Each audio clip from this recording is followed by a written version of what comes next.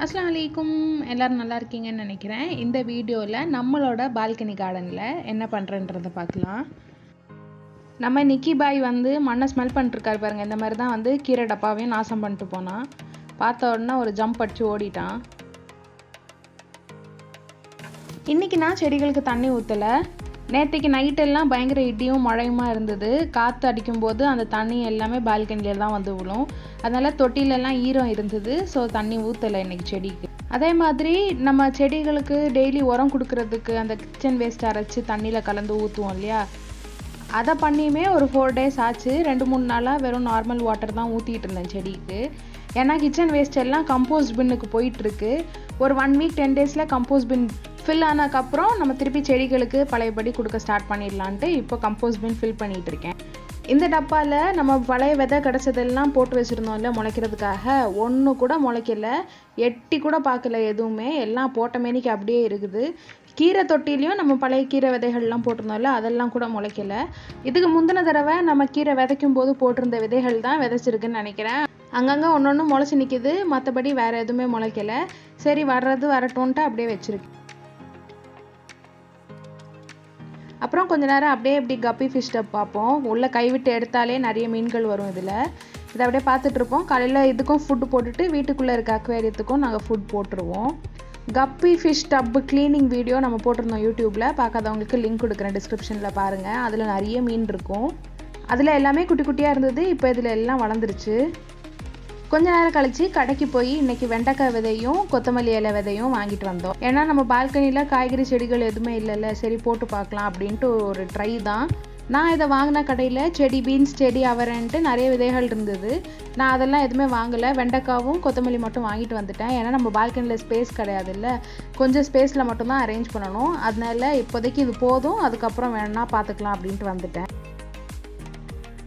வீட்டுக்கு வந்துட்டு மண்கலவை ரெடி பண்ண ஸ்டார்ட் பண்ணிட்டேன். ஃபஸ்ட்டு நம்ம அந்த பழைய விதைகள் விதைக்கிறதுக்காக ஒரு மண்கலவை ரெடி பண்ணோம்ல, மண்ணும் கொஞ்சம் மண்புழு உரமும் கலந்து, அது கொஞ்சம் மீதி இருந்தது. அதை ஆட் பண்ணிவிட்டு கிச்சன் கம்போஸ்ட் வீடியோ நீங்கள் பார்த்துருந்தீங்கன்னா தெரியும். அதில் ஒரு மாதத்துக்கு முன்னாடி 1.5 மாதத்துக்கு முன்னாடி கம்போஸ்ட் பின் ரெடி பண்ணுறதுக்காக வச்சுருந்தேன். இப்போ ரெடி ஆயிருக்குன்னு காட்டினேன். அது 3/4 ரெடியாக இருந்தது. நான் அதை அப்படியே ஃபுல்லாக ஆட் பண்ணிக்கிட்டேன். எப்படியும் அது மண்ணில் சேரும்போது மக்கிரும். அது கூடவே என்கிட்ட இருந்த மண்புழு உரம் ஃபுல்லாக ஆட் பண்ணிட்டேன். அது போக இருந்த மண் எல்லாத்தையுமே ஆட் பண்ணிட்டேன். இனிமேல் என்கிட்ட மண் ஸ்டாக்கு கிடையாது, மண்புழு உரம் ஸ்டாக்கு கிடையாது, எதுவுமே இல்லை. எல்லாத்தையுமே சேர்த்து போட்டு மிக்ஸ் பண்ணி ரெடி பண்ணிட்டேன். அப்புறம் முட்டைத்தோடும் டீ பவுடரும் வச்சு ரெடி பண்ணியிருந்த உரத்தை வீடியோவில் காட்டியிருந்தேன் இல்லையா, அதை கூட ஆட் பண்ணி எல்லாத்தையும் நல்லா மிக்ஸ் பண்ணிட்டேன். இடம் எப்படி இருக்குன்னு பாருங்கள். எனக்கு இங்கே மிக்ஸ் பண்ணவே கொஞ்சம் கஷ்டமாக இருந்தது. இடம் கம்மியாக இருக்குல்ல பால்கனியில். இப்போ ஃபஸ்ட்டு நான் பெருசாக இருக்க மண் கட்டியெல்லாம் உடச்சி விட்டுட்டு அப்புறமா மிக்ஸ் பண்ணேன். எனக்கு இப்படி கேமரா செட் பண்ணி வச்சுட்டு மிக்ஸ் பண்ணுறதுக்கு ரொம்ப கஷ்டமாக இருந்தது. அதனால் ஃபஸ்ட்டு கொஞ்சமாக ஷூட் பண்ணிவிட்டு அப்புறம் ஸ்டாண்டை கொண்டு போய் உள்ளே வச்சுட்டேன் பெட்ரூமில். ஃபுல்லாக ஃப்ரீயாக உட்காந்து மிக்ஸ் பண்ணிவிட்டு தான் அடுத்து வீடியோ எடுக்க ஸ்டார்ட் பண்ணேன். மண்ணை கரெக்டாக சென்டர் ஆஃப் த பால்கனியில் போய் கொட்டிட்டேன். அதனால எனக்கு இந்த பக்கத்தில் இருந்து மிக்ஸ் பண்ணும்போது அந்த பக்கம் மிக்ஸ் பண்ண முடியல. இங்கேருந்து அங்கே போகவும் முடியல, காலை எட்டி வைக்கவும் முடியல. அதனால தான் கேமரா ஆஃப் பண்ணிட்டு மொத்தமாக மிக்ஸ் பண்ணிவிட்டு திருப்பி ஷூட் பண்ணிக்கலான்ட்டு விட்டுட்டேன். இப்போ நம்ம மிக்ஸ் பண்ணி ரெடி பண்ண மண்ணை அதில் கொட்டிக்கிட்டேன். இப்போ இதில் பார்த்தீங்கன்னா ரெண்டுமே அட்டைப்பெட்டி வச்சு பண்ண தொட்டி தான், வீட்டில் ரெடி பண்ணது தான். ஆல்ரெடி நம்ம சேனலில் வீடியோ போட்டிருக்கோம் எப்படி அட்டைப்பெட்டி வச்சு தொட்டி செய்யணும்னு. அது ஸ்பினாச்சுக்காக ரெடி பண்ணது. அதனால அந்த அட்டைப்பெட்டி ஹைட்டு கம்மியாக வச்சு, இது கொஞ்சம் ஹைட் அதிகமாக இருக்குது அட்டைப்பெட்டி. ஒன்று வந்து என் ஹஸ்பண்டோட ஹெல்மெட்டோட அந்த அட்டை, இன்னொன்று வந்து சும்மா நார்மலாக வீட்டில் இருந்ததே நான் எடுத்துக்கிட்டேன்.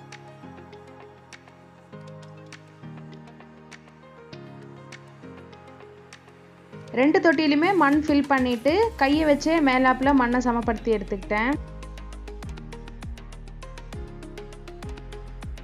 தொட்டி எல்லாம் ஃபில் பண்ணி முடிச்சதுக்கப்புறம் இடம் இப்படி தான் இருந்தது. எக்ஸ்ட்ரா இருக்க மண்ணை ஃபுல்லாக நான் தொட்டியில் எடுத்து உரமாக ஒதுக்கி வச்சுட்டேன். அந்த தொட்டி நான் யூஸ் பண்ணல. அப்புறம் பால்கனி ஃபுல்லாக பெருக்கி க்ளீன் பண்ணிவிட்டு விதை போட வந்துட்டேன். ஃபஸ்ட்டு வெண்டைக்காய் விதை போட்டுக்கிட்டேன். இதில் நான் வந்து ஓப்பன் பண்ணும்போது என்ன நினச்சேன்னா, எப்போது அந்த நேச்சுரல் கலரில் இருக்கும்ல விதை, அந்த கலரில் தான் இருக்கும்னு நினச்சேன். இந்த மாதிரி நான் பேக்கெட்டாக வாங்கி யூஸ் பண்ணது கிடையாது. டக்குன்னு பார்த்த உடனே என்னடா இது இந்த கலரில் இருக்குன்ற மாதிரி இருந்தது. அது அவங்க பூச்சியெல்லாம் வராமல் இருக்கிறதுக்காக கலர் மிக்ஸ் பண்ணி அதில் ஏதோ கோட்டிங் கொடுப்பாங்கல்ல, அதனால அந்த கலரில் இருந்தது. ஒரு பள்ளத்தில் 2 விதை வச்சு போட்டுக்கிட்டேன். அப்படி மொத்தம் 6 பள்ளத்தில் 12 விதை போட்டுட்டேன். அப்புறம் சென்டரில் 2 பள்ளம் எடுத்து 2துலேயுமே ஒரு விதை போட்டுக்கிட்டேன்.